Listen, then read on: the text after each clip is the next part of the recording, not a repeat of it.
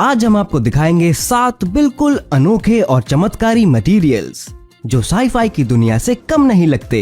देखते रहिए क्योंकि हम आपको बताएंगे उनके पीछे का साइंस क्या है। तो दोस्तों आराम से बैठिए और वीडियो को एंजॉय कीजिए। Number 7. Ultra hydrophobic material. आमतौर पर सॉलिड और लिक्विड के मिलने से कुछ इंटरैक्शंस होते हैं, पर ये सोच पाना थोड़ा मुश्किल है कि ये छोटी बूंदें एक दूसरे के पास आती हैं, लेकिन सरफेस को गीला नहीं करती। साइंस ने पिछले कुछ दशकों में हाइड्रोफोबिसिटी के फील्ड में काफी तरक्की कर ली है और उसके बहुत से इस्तेमाल भी ढूंढ निकाले हैं।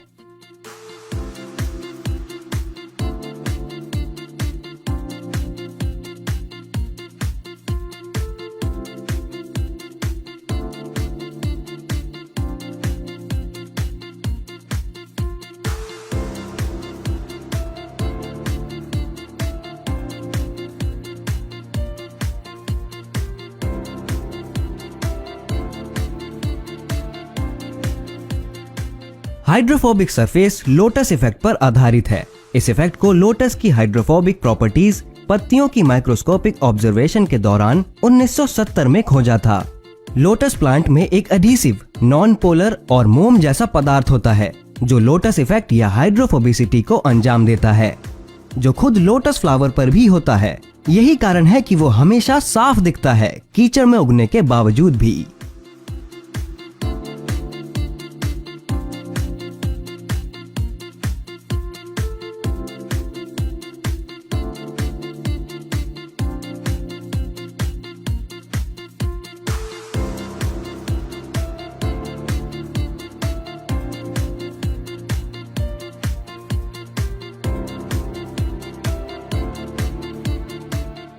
इस फील्ड में सबसे ज्यादा वाटर रिपेलेंसी वाले मटेरियल को ढूंढने के लिए रिसर्च बहुत ही एडवांस्ड और फोकस तरीके से की जा रही है, जिसकी वजह से बहुत से इंडस्ट्रियल फील्ड्स को इम्प्रूव किया जा सकेगा।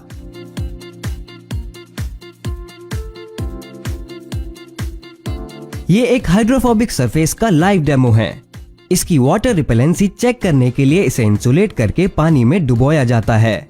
इंसुलेटेड डिवाइस वाटर डैमेज से बचा रहता है, जो कि हमारे स्मार्टफोन्स के लिए बारिश में काम आ सकता है।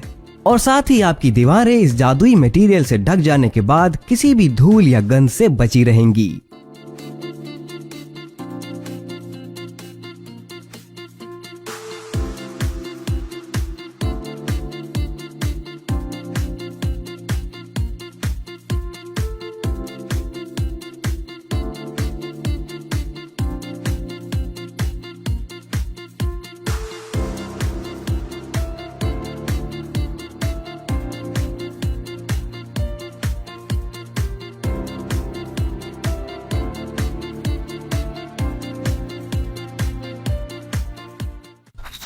Number 6. Try iodide. Nitrogen try iodide एक बहुत ही अनस्टेबल कंपाउंड है और सिर्फ किसी के कांटेक्ट में आने से ही ब्लास्ट हो सकता है। नाइट्रोजन ट्राई आयोडाइड में एक नाइट्रोजन एटम है जो 3 आयोडीन एटम्स के साथ बॉन्डेड रहते हैं। इसका स्ट्रक्चर बिल्कुल पिरामिड जैसा है, जिसमें नाइट्रोजन बिल्कुल टिप पर होता है और आयोडीन नाइट्रोजन से काफी बड़े होते हैं और इनके बीच का स्पेस बहुत कम होता है।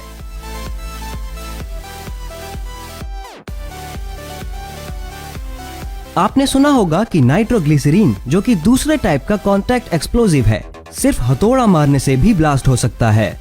आयोडाइड अमोनिया के साथ मॉइस्ट कंडीशन में अंधेरी जगह में स्टेबल होता है, लेकिन उसके फटने के समय वो जरूर सूखा ही होगा और जरा सी डिस्टरबेंस से भी ये धमाका खेज हो सकता है। इसमें से पर्पल कलर की आयोडीन वेपर निकलते हैं जो बहुत इरिटेटिंग होते हैं और इनसे ज्यादा एक्सपोजर टॉक्सिक भी हो सकता है।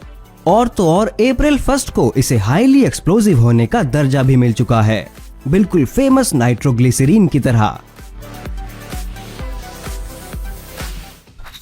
Number 5.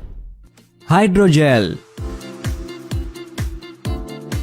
ये एक जेल पॉलीमर है जो अपने वॉल्यूम से 30 से 60 गुना ज्यादा पानी को एब्जॉर्ब कर सकता है। और साथ ही टेम्परेचर के दबाव में अपना साइज बदल सकता है। ये छोटे सफेद क्रिस्टल से बना हुआ है जो बहुत ज्यादा पानी को अब्सॉर्ब कर सकता है। इसके अब्सॉर्ब करने की शक्ति या स्वेलिंग कैपेसिटी क्रॉस लिंकर्स की डिग्री पर निर्भर होती है, जिनका इस्तेमाल इस जेल को बनाने में किया जाता है। इसकी जबरदस्त पानी अब्सॉर्ब करने की क्षमता के कारण इसका इस्तेमाल ग्रीन हाउसेज, नर्सरीज और एग्रीकल्चर में किया जाता है, पानी और मॉइस्चर को मिट्टी में बनाए रखने के लिए। हाइड्रोजेल को सिंगल प्लांट सबस्ट्रेट की तरह सालों से इस्तेमाल किया जा रहा है।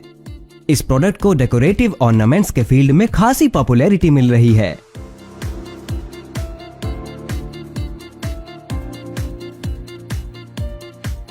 साथ ही ये मटेरियल मेडिकल पर्पसेस जैसे टिश्यू इंजीनियरिंग और मेडिकेशन के सस्टेन रिलीज सिस्टम में भी इस्तेमाल किए जाते हैं। Number 4. निटिनॉल। निटिनॉल निकल और टाइटेनियम के बराबर मिश्रण से बना हुआ है ये, जिसकी खास बात है कि इसे मरोड़ने के बाद भी ये अपने आप अपने आकार में वापस आ जाता है। इस फेनोमेनन को मेमोरी इफेक्ट कहते हैं, जो हीट एक्सचेंज की वजह से काम करता है।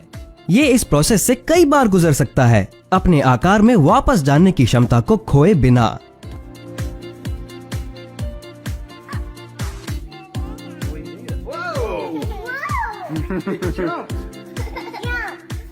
इलेक्ट्रॉनिक्स और मैकेनिक्स के फील्ड में इस मटेरियल को काफी तरीकों से इस्तेमाल किया जाता है। इसे स्मार्टफोन्स, रोबोटिक्स और मेडिकल इंडस्ट्रीज में भी इस्तेमाल किया जा सकता है।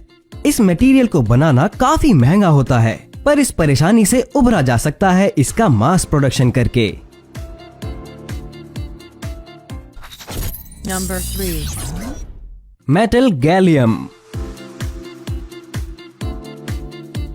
गैलियम मेटल साइंस की फील्ड में बहुत ही कम जाना जाने वाला पदार्थ है।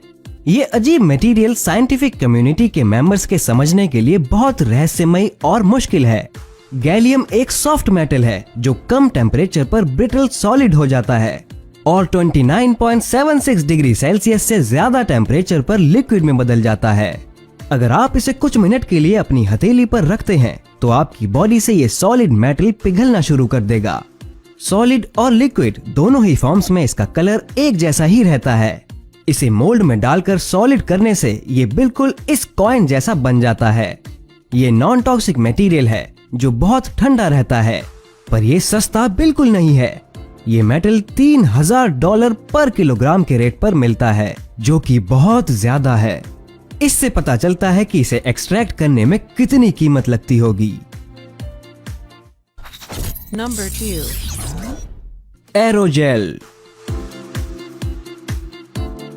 ये फ्रोजन स्मोक के नाम से भी जाना जाता है।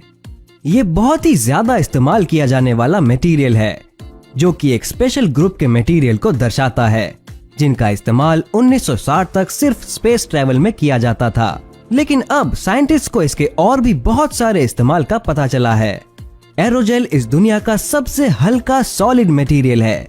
इसका केमिकल स्ट्रक्चर ग्लास के जैसा है, पर इसकी डेंसिटी 1000 गुना कम है और ये हवा से सिर्फ 3 गुना ज्यादा हल्का है, क्योंकि ये 99% हवा से बना है और सिलिका जेल से।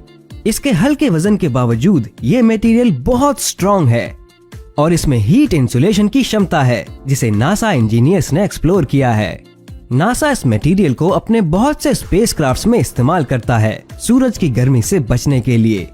इतना ही नहीं, एरोजेल का इस्तेमाल न्यूक्लियर रेडिएशन को डिटेक्ट करने में, लॉन्ग लिव्ड न्यूक्लियर वेस्ट को एब्जॉर्ब करने में और हार्मफुल माइक्रो ऑर्गेनिजम्स को डिटेक्ट करने में होता है। Number 1. मैग्नेटिक थिंकिंग पट्टी। ये खेलने के लिए बहुत अच्छी चीज है। ये मैग्नेटिक मॉन्स्टर बहुत जबरदस्त और मस्ती से भरा है। इसे रेगुलर पट्टी में फेरिक आयरन ऑक्साइड पाउडर मिलाकर बनाया जा सकता है, जिससे पट्टी फेरोमैग्नेटिक बन जाती है। स्ट्रॉन्ग मैग्नेट्स जो खुद ही फेरोमैग्नेटिक है, इस मॉन्स्टर से बच नहीं सकती। अगर आप मैग्नेटिक फील्ड में फेरोमैग्नेट्स को रखते हैं तो उस पर एक फोर्स असरअंदाज होती है, जो उसे ज्यादा मैग्नेटिक फील्ड की तरफ खींचती है।